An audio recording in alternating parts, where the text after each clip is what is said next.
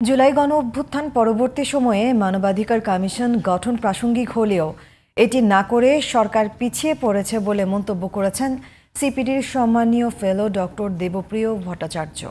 সকালে রাজধানীর একটি হোটেলে নাগরিক প্ল্যাটফর্ম এর সংলাপ খসড়া জাতীয় মানবাধিকার কমিশন অধ্যাদেশ 2025-এ এমন মন্তব্য করেন তিনি। সেমিনারে অন্য বক্তারা বলেন, মানবাধিকার প্রতিষ্ঠায় এখনও অদৃশ্য চাপ রয়েই গেছে। নাইম কামালের রিপোর্টে বিস্তারিত। 24-এর গণ অভ্যুত্থান পরবর্তী শাসন ব্যবস্থার পরিবর্তন হলেও মানবাধিকার ইস্যুতে আসেনি খুব একটা পরিবর্তন। এমন বাস্তবতায় এইচডিসি বাস্তবায়নে এই সংলাপের আয়োজন করে নাগরিক প্ল্যাটফর্ম। সংলাপে উঠে আসে মানবাধিকার অধ্যাদেশ 2025-এর খসড়ার নানা দিক। বক্তারা বলেন, দেশের ইতিহাসে সবচেয়ে বড় মানবাধিকার লঙ্ঘনের পর বর্তমান সরকার ক্ষমতায় এলেও শিশু ও নারীদের মানবাধিকার নিয়ে এখন উদাসীন তারা। কল্পনা চাকমা অপহরণ ও গুম, এই বিষয়টা আজকে এতগুলো বছর হয়ে গেল, সাক্ষী আছে, কল্পনার ভাই সাক্ষী, সবকিছু সত্ত্বেও কিন্তু এটা হয় নাই।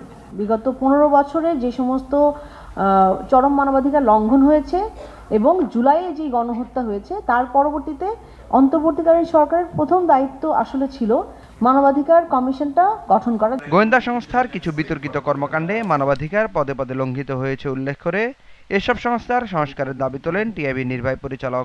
বক্তারা বলেন, মানবাধিকার কমিশনকেও আনতে হবে জবাবদিহিতার আওতায়। বাংলাদেশে সত্যিকার অর্থে যেভাবে মানবাধিকার লঙ্ঘন হয়েছে ধারাবাহিকভাবে যে প্রতিষ্ঠানগুলো করেছে, সেগুলোর অন্যতম কেন্দ্রবিন্দুতে ছিল এই ডিজিএফআই, এনএসআই, আমি নাম করেই বলছি, ডিবি, এনটিএমসি, এই ধরনের সংস্থাগুলো। আমরা যত সংস্কারের কথা বলছি, কোনো সংস্কারই কার্যকর হবে না যতদিন পর্যন্ত যেই সংস্থাগুলো মানবাধিকার লঙ্ঘনের মূল চাবিকাঠি ছিল সেগুলোর পরিবর্তন না, সংস্কার না হলে আমাদের বাস্তব সংস্কারের লক্ষ্য কোনোদিন অর্জিত হবে না। যে ধারাটা আগে ইন্টারপ্রেট করা হতো যে কমিশন কোনো ধরনের নিরাপত্তা বাহিনীর ক্ষেত্রে তারা কোনো কিছু করতে পারবে না, তদন্ত করতে পারবে না নিজের থেকে, ওই পুরো ধারাটাই বাদ পড়ে গেছে। সো এটা ইজ ভেরি ইম্পর্টেন্ট সিগনিফিকেন্ট একটা চেঞ্জ আর কি। গত এক বছরেও বাংলাদেশে কোনো মানবাধিকার কমিশন হয়নি উল্লেখ করে ডক্টর দেবপ্রিয় ভট্টাচার্য বলেন, অতীতে নাগরিকদের চাপে পড়ে যে কমিশন গঠন করা হয়েছে সেটিও ছিল নখদন্তহীন।